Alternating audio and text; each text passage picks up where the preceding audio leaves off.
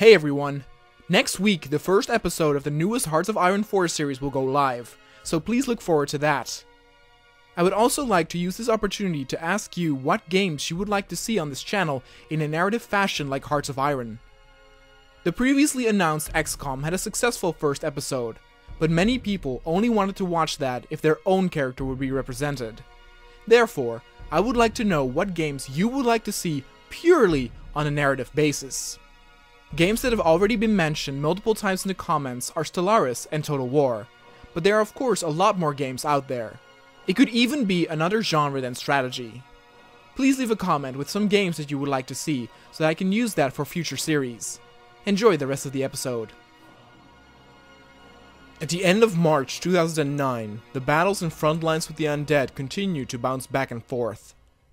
The former city of Rostov was laid to ash by another nuclear bomb in the hopes to slow the zombies down to the point where the humans could start pushing again.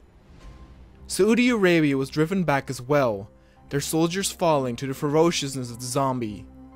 The undead had pushed the Chinese and Russians beyond the water, giving them the opportunity to strengthen their front side of the horde. Help from other countries arrived at the Saudi Arabian front, but the country was wavering. It would not last long if this same pace was kept. But the fact was that all sides were losing, and the Chinese that were able to do so much damage a few months back now were being forced eastward back to their main country.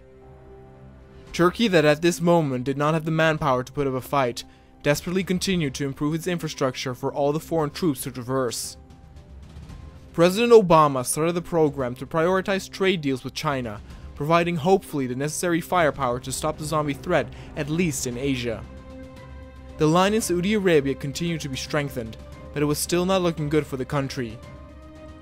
In response to the pushback, the Chinese Hu Jintao issued a focus on command to initialize a zero tolerance for retreat.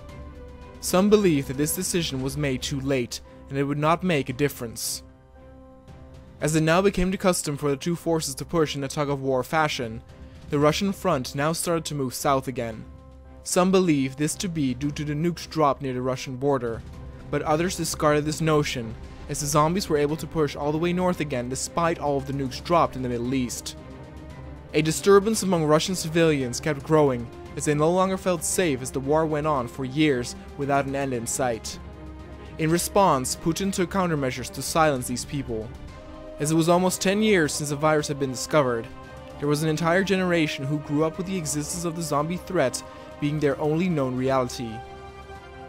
More and more countries focused on an education reform to properly prepare these children for the undead, but also the necessary knowledge of how things were before.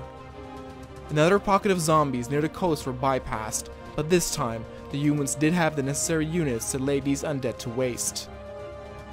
The slain zombies' numbers kept rising and rising as it now stood at an almost unbelievable number of 67 million. And then, the tragic news arrived that Saudi Arabia had fallen. With the country falling apart once again, the soldiers stationed there had the opportunity to win some ground for their own. One of the countries that profited from this was the US, and Obama thought it needed priority, as the area gave access to a large supply of oil that would be very valuable in American hands. Other countries that profited from this were Brazil, Yemen, and Oman. Turkey's strategy of improving its infrastructure failed, as they were also pushed towards the coast at a rapid tempo. In former Saudi Arabia, the new borders had been defined, and now the countries could start their assault again on the undead to push upward. But America did not have such a secure position as they thought, as they took losses within the first months of establishment. The Russian troops managed to get past their border mountains fairly easy, and now started to head west to link up with Turkey. At the beginning of November, the link could almost be made. The very narrow line near the sea created a choke point for the many units from all different countries. Most could only sit and wait until word came out that the units were able to find an opening to start pushing again. It seemed now that the main bulk of the horde was moving towards Asia, as the area in the Middle East shrank and expanded in Central Asia. China could not hold without more help from Russia and other Asian countries. They were afraid the zombies might encircle the troops to the west as a flanking maneuver.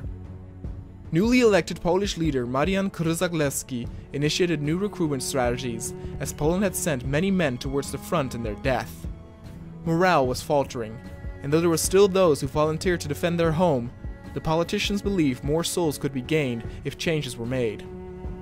As Brazil was one of the countries who gained control of part of former Saudi Arabia, the leader Cardoso issued a focus on infrastructure in the newly gained territories to sustain and hold the position.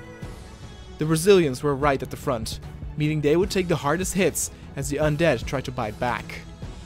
In the beginning of 2010, a change in Dutch leadership occurred once again. This time, the Libertarian Party VVD got the most votes and politician Mark Rutte took the helm as Dutch Prime Minister. Though his predecessor Balkenende enjoyed a great start in his political career, he lost the trust of many, as the Dutch believed he looked too much towards Africa instead of the Dutch homeland. Rutte promised he would focus more on attending to the Dutch themselves, but did issue the importance of creating factories in the gained territories in Northern Africa. Everything seemed to go real smooth at the combined Brazilian, Russian, and Turkish line. They were now starting to push east. Obama continued his focus on Asia as well, as these countries were now at the highest risk. New trade deals with North Korea needed to be established, which were complicated due to the many sanctions it received before being called into the GDA. China needed all the help it could get. It was losing both at the east and west front, meaning that if they could not hold, the zombies soon would become the Ukraine's problem again.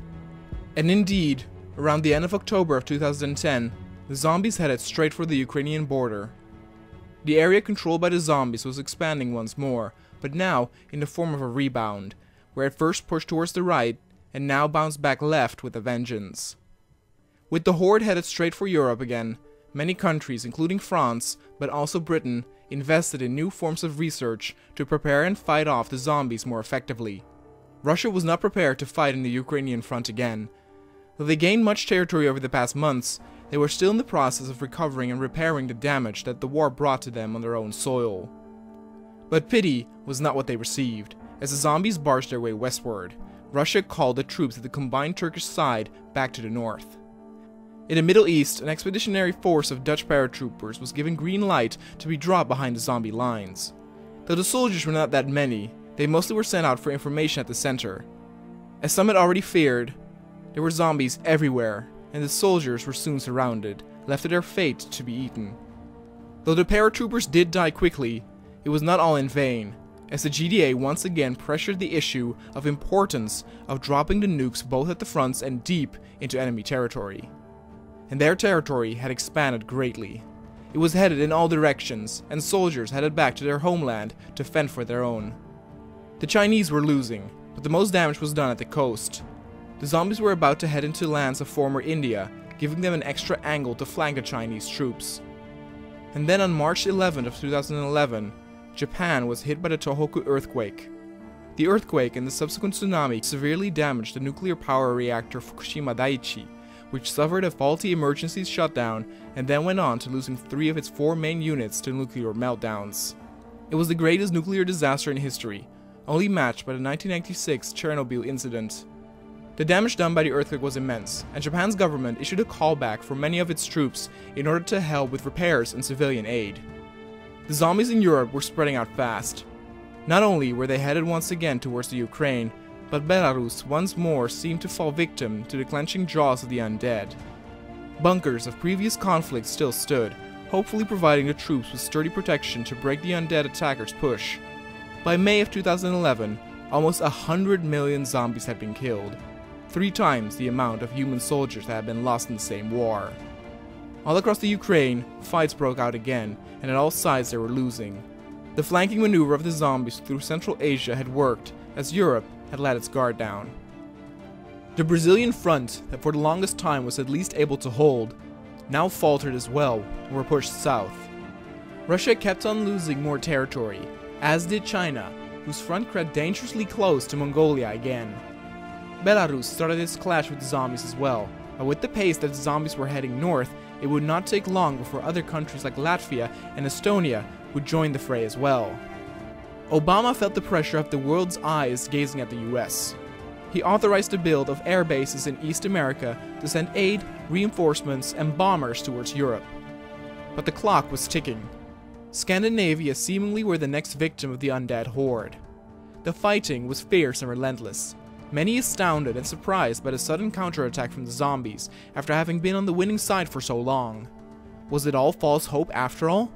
The initial weeks of fighting in Belarus were a disaster, with the zombies managing to dig their way deep into human territory. In China, the front at former India continued to give way, signaling to neighboring military Myanmar that they would soon find themselves clashing with the zombies as well. And at the Brazilian front, no positive news was issued, as the troops were pushed back, albeit not as aggressively as some other front lines. The soldiers fighting in Belarus had the most difficult time stopping the undead advance. At certain points, here and there, they managed to pull off a victory, but not strong enough to where they could flank or start forcing the enemy eastward. This pushback by the zombies had been the fiercest in years. It looked like new countries would for the first time enter the war on their home turf.